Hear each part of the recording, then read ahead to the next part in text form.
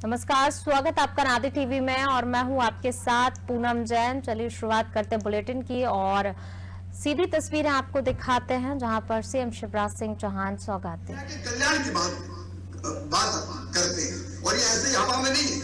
देखिए आज हमने मतलब दुनिया की मैं बात कर रहा हूं, हमने अनदेखी की पेड़ पौधों की, पशु पक्षी कीट पतंगे, संतुलन बिगड़ा। अब कई लोग तो ये कह रहे हैं कि कोविड जैसी महामारी का कारण भी असंतुलन है। आज ग्लोबल वार्मिंग पूरी दुनिया चिंतित है।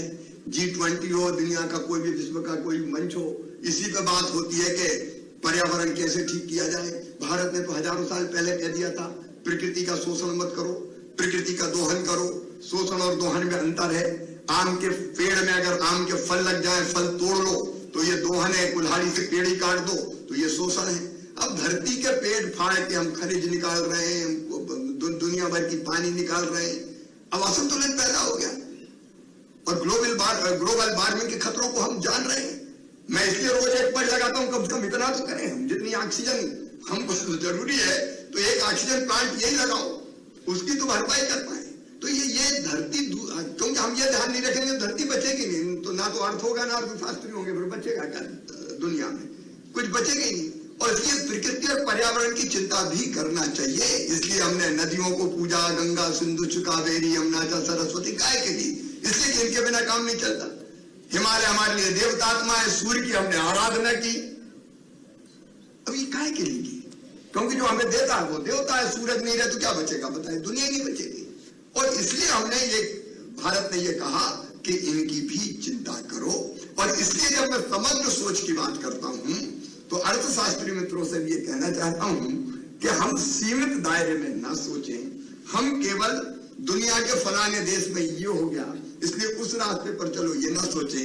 ये जो भारतीय विचार है, मैं दावे के साथ कहता हूं कि भौतिकता की अग्नि में दग्ध विश्व मानवता को शाश्वत शांति के पथ का दिग्दर्शन कराएगा तो यही भारत कराएगा। आज नहीं तो कल जमाना इस रास्ते पर आएगा।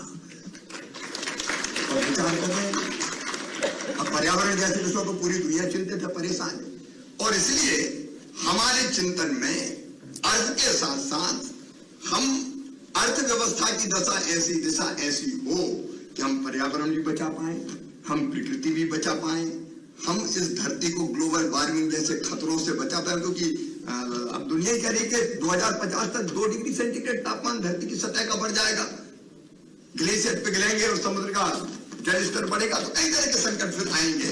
और इसलिए हम एक समग्र विचार, भारतीय विचार, उस नाते हम विचार करते हुए हम अपनी अर्थ नीति की दिशा को तय करें और उसी के प्रकाश में हम सारे समाधान खोजें जिससे एक परिपूर्ण मानव, एक सुखी मानव इस धरती पर हम और सुखी समाज इस धरती पर हम देख पाए।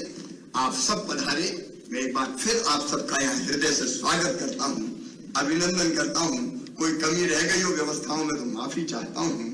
और कल जब मध्य प्रदेश का सत्र आएगा तो इसलिए कि आप अधिकारी विद्वान हैं, मैंने पहले ही कह दिया कि मैं अर्थशास्त्र का अधिकारी विद्वान नहीं हूँ। मैं आपसे दिशा दर्शन चाहूंगा एक परिपूर्ण मध्य प्रदेश के निर्माण के लिए, आत्मनिर्भर मध्य प्रदेश के निर्माण के लिए, जो प्रधानमंत्री जी के संकल्पों को पूरा कर सके, आत्मनिर्भर भारत के निर्माण के लिए, उसमें आपका मार्गदर्शन चाहूंगा। बहुत बहुत धन्यवाद। धन्यवाद माननीय मुख्यमंत्री महोदय जी। हम सभी आपके उद्बोधन से अत्यंत अभिभूत हुए हैं और कॉन्फ्रेंस में आपके द्वारा चिन्हित बिंदुओं पर मंथन करेंगे और देश प्रदेश के विकास हेतु सतत प्रयास करेंगे। अब हम कार्यक्रम की समाप्ति की ओर अग्रसर हैं। मध्य प्रदेश के माननीय मुख्यमंत्री महोदय श्री